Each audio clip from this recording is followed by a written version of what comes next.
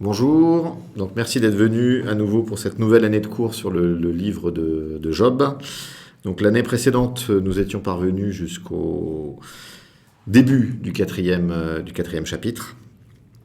Donc on avait vu, je vais essayer de retracer ça très très rapidement, la vie parfaite de Job, puis l'entretien, cette succession de dialogues entre Dieu et l'adversaire qui avait eu un impact certain sur la vie de Job, puisqu'il avait perdu tous ses biens, puis tous ses enfants, puis toute sa santé. Et après une attitude finalement très, très digne, il avait eu un premier discours pendant tout le chapitre 3 qui était très très rebelle vis-à-vis de Dieu et je dirais à la frontière du blasphème. Il était toujours sur le fil du rasoir. Et là, donc on avait vu à la fin du chapitre 2 que 3 amis étaient venus le voir pour l'accompagner dans cette dure épreuve. Et le premier de ces 3 amis, Eliphaz, là, va prendre la parole. Et donc tout le livre, finalement, est construit autour de ces dialogues entre Job et ses trois amis. Voilà. Et un des thèmes, alors il y a pas que, c'est pas le seul thème, parce que le livre de Job est très très riche, mais un des thèmes du livre de Job, c'est la théologie de la rétribution.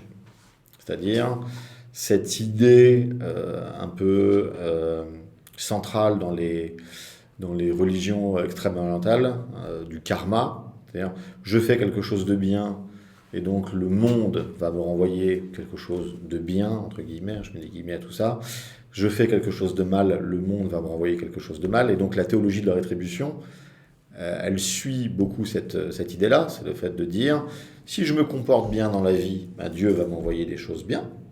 Si je me comporte mal dans la vie, Dieu va plutôt m'envoyer des punitions, des châtiments, des réprimandes, histoire de me faire comprendre qu'il n'est pas content de moi.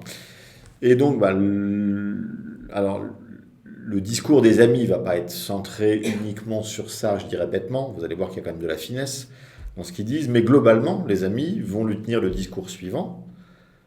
S'il t'arrive tout ça, c'est que tu as fait quelque chose. Et Job, lui, va crier son innocence. Voilà. Et on va voir se déployer un petit peu cette confrontation finalement de deux choses très différentes. Parfois, malheureusement, enfin le plus souvent, la théologie et l'expérience. C'est-à-dire que les amis ont un discours très théorique dans la théologie de la rétribution. Tu es malheureux, donc tu as fait quelque chose de mal, donc Dieu te punit. Ça, c'est le discours théologique. Et en face, Job, qui lui a un discours d'expérience, qui dit « je n'ai rien fait ». Donc je ne comprends pas ce qui se passe. Et donc finalement, je ne comprends plus ma relation au divin. Bonjour, enfin bonsoir plutôt. Bonsoir. Et donc voilà, on était arrivé là, et donc Eliphaz est le premier des 3 amis, il va prendre la parole. Et donc voilà, le tout premier verset, c'était juste comme ça. Alors Eliphaz le Thémanite répondit et dit, donc ça on l'avait vu. Et donc le deuxième verset, c'est « Et si l'on ose parler avec toi », donc je vous invite tous à regarder dans vos Bibles, si vous les avez, pour voir un peu la traduction pour lesquelles ont opté les traducteurs. « Et si l'on ose parler avec toi, seras-tu » Alors là, j'ai 50% des gens qui traduisent incapable, 50% des gens qui traduisent combatif. Donc je mets les deux. Seras-tu incapable ou seras-tu combatif ? Mais qui pourra retenir les paroles ? Voilà, c'est comme ça que démarrent les propos d'Eliphaz. Alors ce qui est très intéressant, c'est que vous allez voir que le discours d'Eliphaz, il est un petit peu ambigu. On peut le lire de 2 façons, si on veut, finalement. Et c'est pour ça que ce mot est très intéressant, finalement. Il est un peu le symbole de cette dualité des propos d'Eliphaz. Si on veut, on peut les lire de façon très dure. On peut lire tout le 4e chapitre comme étant quelque chose de très très dur, ou on peut lire tout le 4e chapitre en étant aussi un appel, finalement, à surpasser l'épreuve et à croire, mordicus, quoi qu'il arrive, que Dieu est toujours là, il est toujours fidèle et qu'il y a une bonne raison à tout ça. On peut voir les deux. Donc, seras-tu combatif ? Ce serait le Eliphaz qui serait là pour l'aider. Seras-tu incapable ? Ce serait le Eliphaz avec le doigt accusateur qui lui dirait « Mais de quel droit est-ce que tu te rebelles ?» Et on va voir cette ambiguïté dans tout le discours. Hein? Et donc ça rejoint un thème que j'avais beaucoup développé aussi l'année dernière, particulièrement dans le livre de Job, mais à beaucoup d'endroits de l'écriture, vu que les mots ont plusieurs façons d'être traduits, et l'hébreu invite énormément à ça, finalement. On peut vouloir traduire les choses de plusieurs façons, parce qu'il n'y a pas énormément de racines dans cette langue. Donc, avec les racines dont on dispose, finalement, on n'a pas énormément de mots, et donc on va devoir interpréter. C'est-à-dire que c'est un livre qui a besoin de son lecteur. Le livre tout seul ne se suffit pas. Il a besoin d'un lecteur. Et donc, l'interprétation purement littérale, d'une certaine façon, est impossible, puisque ce sera la littéralité de ce que le lecteur mettra dans le livre.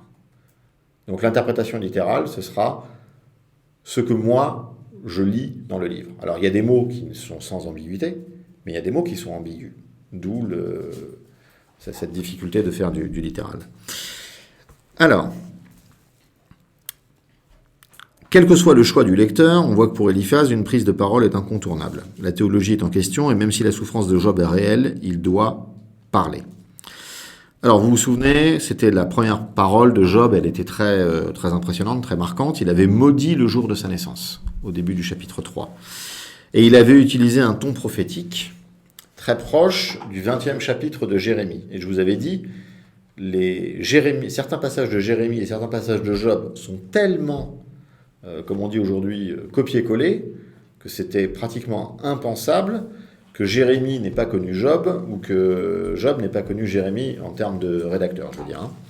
Parce que vous savez que la tradition rabbinique dit que le livre de Job, c'est Moïse qui l'a écrit. Donc il y a une énorme, a priori, antériorité. Si on part du principe que c'est pas apologétique, et si on part du principe que c'est véritablement historique, et que c'est bien Moïse qui a écrit le livre de Job, alors c'est Jérémie qui devait connaître par cœur, ou de façon très pas très courante, le livre de Job. Et il a voulu, dans certaines de ses prophéties, donner un écho, alors je ne sais pas quel adjectif on pourrait utiliser, jobien, jobique, je ne sais pas. Voilà, à son propos. Donc, par exemple, si je vous relis Jérémie 20, de 7 à 13, ça nous donne « Tu m'as persuadé, Éternel, et je me suis laissé persuader. Tu m'as saisi, tu m'as vaincu, et je suis chaque jour un objet de raillerie. Tout le monde se moque de moi.